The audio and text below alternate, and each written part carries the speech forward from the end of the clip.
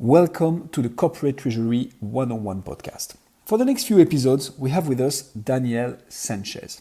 Daniel is an engineering director at one of the biggest FMCG companies in the world and a good friend of the podcast's hosts. You might have heard his episode on Bitcoin in Treasury already on this very same podcast, Corporate Treasury 101. Cash flow management is one of the core pillars of corporate treasury. Treasurers are usually the ones dealing with the implications of cash flow forecasts. So we wanted to talk to someone who actually creates cash flow forecasts. Daniel has spent his career defining, estimating, and executing on millions of dollars worth of projects, all with significant cash flow implications on his companies. In this episode, he will talk us through how CAPEX, capital expenditure projects, are defined, deemed worthy of investment, and executed. Expect to learn about terms such as NPV and ROR and how they are used to decide if a corporate should spend its cash on a project or not. Further down the line, Daniel will explain how cash flows are forecasted, how payments of goods are negotiated with suppliers, as your cash flow out, and more. As always, please rate us on podcast app and go follow us on Instagram at Corporate Treasury 101. And on with the episode.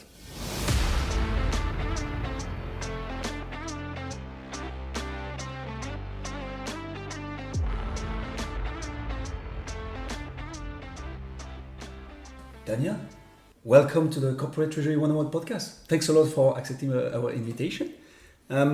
So you work in a big FMCG company. Can you talk about your experience, talk about yourself, what do you do there exactly? And then we'll go towards more corporate treasury topics. Cool. So first, great to be here. Thanks for having me. Awesome. So a bit about myself. So I have an 18 years experience in FMCG company. Mm-hmm. I'm a chemical engineer by company, but I've never done any sort of chemical engineering. Very good. Right. But in an FMCG company, I work as a director of engineering. I've always worked in engineering and grown my way up into as a director of engineering, where basically my main role, what I've been working and what I've lived through, is everything that is to do with delivering new products onto the market or new equipment into the factories that will deliver the new products onto the market. Okay. Everything has ranged from projects which are small, $60,000, $70,000, up to multi-million-dollar projects. Okay. I've been lucky enough to have the opportunity to work in more than 10 countries and live in more than 3. So That's it's a great experience. Awesome. And so what's the director position about exactly in such companies? So you deliver product on the market, you enable the production of those products through equipment, installations, etc. What do you do as a director exactly? Is it mostly project management? Is it what do you do exactly? So there are actually 3 key things that we look at, right? One is what you just mentioned, delivery, which is picking the idea, making it come to life. And within that, especially in the corporate treasury element, all the investment that is related to it and how that flows through the time life of the project and the impacts. That's number 1. Number 2, there's also a strategic element to it, where what we look is together with the business, we look at the 2, 3, 4, 5 and beyond framework, where we're looking at how can we deliver new products or innovative products in the best possible way. So investing the least, paying the least for it, and enabling profitability. Okay. And the third element is really the cool stuff, so to say, which is the disruptive innovation, right? Which is where we look at the technologies of the future. Not so much for the technology in its essence, but to look in terms of how can we deliver it for not only better products, but also for better performance of the company. Right? Okay. Awesome. So the technology, not in the product itself that is delivered at the end, but how you manufacture this overall product and how the overall process behind it. It's how you manufacture it, how you maintain it, how you grow it, right? And sometimes it's really laying out the roadmap to make things more efficiency, right? Okay. In the end, everything from delivery to strategy to the innovation is really the constant pursuit of productivity. Awesome. Sounds interesting. Especially the third part. I can't believe I'm the one that has to bring it to corporate treasury. So you work more as an engineering director, but you have a lot of stake in this FMCG companies. in managing capital cash, right? So these projects typically are investments that the company makes. We touched on investments in the past. And you're the one that's really behind those investments, spending money, dealing with paying suppliers, paying for capital, etc., right?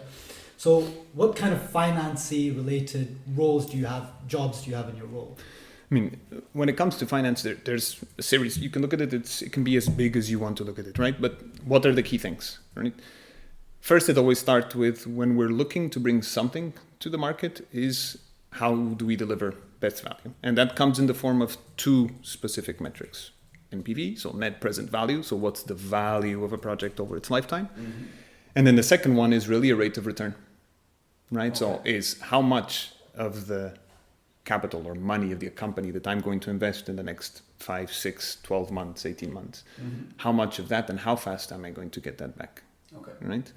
You can have a great NPV, you can have a terrible ROR. That's not the project you really want to do unless it's something strategic. So that's component number one, and that's the big component. And that's what typically will help us move things from the idea to life. Right? And so just to rebound on that, what are you looking at typically? So you can have a very good NPV and a not so good ROI, so you wouldn't go for that project. What's the sweet spot you try to look at? I mean, great NPV and great ROI, obviously, I guess. Yeah. But what's the most important metric, or how do you look at that exactly? So it's always a combination of both, right? So ideally your NPV, you want it to be positive, because that definitely makes sure that you will have a positive. No positive NPV, you don't have a positive rate of return. Obviously. Then ideally is when you're looking at short term, you ideally want to get your investment within 1 year, 2 years, right? If you're looking for a new to the world innovation, right? Typically you will have substantial NPV, but you're looking at the lower rate of return because the project lifetime is longer, right? So it's almost sort of a leap of faith sometimes because longer time horizon, you have less. Now, what's net present value, right? Net present value is basically it's looking at the lifetime of a project. It can be 1, 2, 3, 5, 10 years. Looking at the incomes that project will generate, so how much money will come in. Looking at the outflows, right, which is the expenses associated to it, the capital investment in year 1 or year 2, the depreciation associated to it, and basically looking at all that mass balancing and then discounting it to today's dollars, right? So it gives you a positive value if it's a positive generating project, ideally, or indeed, or a crappy project in case there's a negative NPV, right? Rate of return, the way that it's typically looked at, is how much of that investment that you put into the project you're actually going to get paid back year on year, right? So, and it comes in a percentage manner. So the higher the rate of return, the higher you get your money back. So typically it has an indication that the better the investment it is in terms of return for what you put in. Okay. Do you have standards, like how much you expect on the rate of return? Like there is this concept of weighted average cost of capital that companies use to say, okay, if we invest something, we expect at least that many percentage of return. Is there like a standard in the industry of FMCG? What are we looking at in this kind of project? Numbers that we normally aim for. So you would look at it in different categories of projects, right? So projects where you want a meaningful impact, something that is going to hit your productivity this year or the next 2 years, you want to have a high rate of return. So the bigger the percentage, the more likely that project is to be selected amongst the ones to have an investment. Obviously. When we look at strategic projects, right, the numbers I've seen and we've worked with typically is we're looking for 15% and above, right? But these are strategic projects, right? And we're talking about big established companies, right? Which is a big boat that you want to keep the momentum in the right direction. Okay, and so that's super clear. And just to come back on that NPV, the discounted is, as you mentioned, Sam, is the fact that we take into account the time value of money, and so we discount what the money will be worth in a year or in 2 years or in 3 years, etc. So it's not as simple as it's going to cost this much and you take out this much. So it's going to cost this much and make you this much. You also have to take into account that the money in 3 years is worth less than the money is right now. Right. So if you're going to spend, let's say, $1 million every year, the money that you spend in year 3, the 1 million you spend in year 3, is worth more than that right now. Right. And that's, you'd rather have the million right now and spend on something with a higher return on it, for example. So you need to make sure that it's better to spend that million in 3 years that you hold now for in 3 years on this project versus putting it in the bank with an interest rate or something like this. Right? That's why it's not as simple as money in and money out. It's also the discounted value of time. Mhm. Exactly. Oh, interesting. That's cool. Super clear. How do FMCG companies usually fund their projects? And so you touch upon engineering project mostly. So Mhm. they, I guess, another department comes with, look, we are looking into introducing this new project on the market. Can you please enable it? So you do so. And how do you fund those projects exactly? How does it work? The way we typically fund projects, so most FMCG companies are Mhm. self-funded. So what Okay. does that mean is when you're looking to invest, and this is really for capital projects, right? So Yeah. a new factory, a new line, a new product that requires technology. Okay. And what does this mean? This means that you're actually funding your investments from your yearly cash flow, Okay. right? You're funding this from the income that is coming into the company Mm-hmm. last year, the current year, etc. Yeah. And so that's how we typically fund. Okay. If it was to be a smaller company, it's different, right? Yeah. Because smaller companies or startups, typically the way that you'd be looking at it is you don't have necessarily reserves. You don't Obviously. necessarily have huge cash flows or incomes, or you don't have cash flows at all. Mhm. So then typically you look at either for issuing debt Yeah. or issuing equity. Those would typically be the two instruments that you'd look into. Okay. Wow. And so the size of the company enables it to fund all its projects around the world with its own cash flows. I mean, with its own funds. Normally, yes. Okay. Normally, yes. Wow, that's impressive. That's what's important, in especially if you look at the FMCG industry, right? Mhm. It's not disruptive. It's not tech. It's Yeah. not a 20% index growing business year on year, right? So what Oh, you're even though in the trying latest years some industry does pretty well. two special past years, Yeah. indeed. But what you look is what is looked at externally at these companies is Mhm. consistency, right? Okay. And consistency, you're looking at it not only from the cash flows, but also how you're putting investment, but also in terms of the lot of debt. You're Mhm. looking at total shareholder return. So there's a big story behind it in terms of how you manage, and that's why the best way for an established company to Mhm. keep momentum is to, one, have the adequate cash flows to be able to fund its maintenance, but also its future growth. Okay.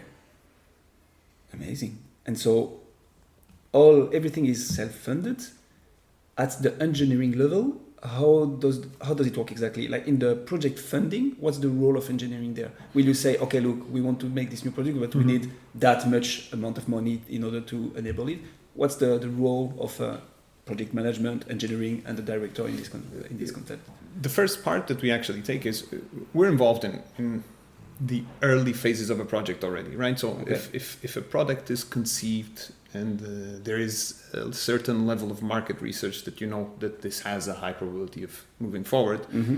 we step in as engineering, right? Already, okay. We step in to understand what is going to be needed to make this come to life, Mm-hmm. right? What's the technology that you need? What's the size of the factory that you need?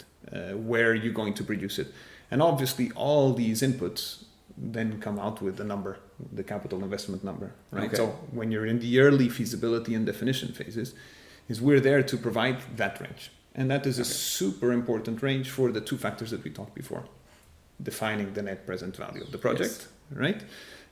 Because that capital investment is a big hit in the first 1 or 2 years. It's Yeah. a negative balance on it. And then obviously that then generates the rate of return. Okay. So that's our first step when it comes to feasibility.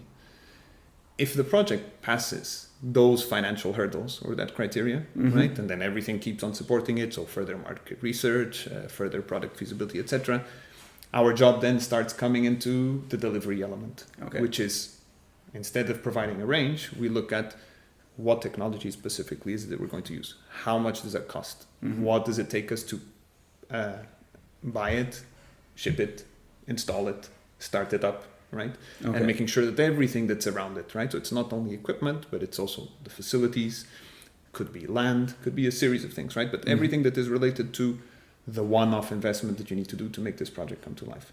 We build an estimate. We build what is called a budget Okay. that yeah. in the end will be the final element that will allow us to really confirm to the business, this is what you really need. Okay. And then the business really takes a decision. We move forward or we don't move. Okay. That comes to the decision gate.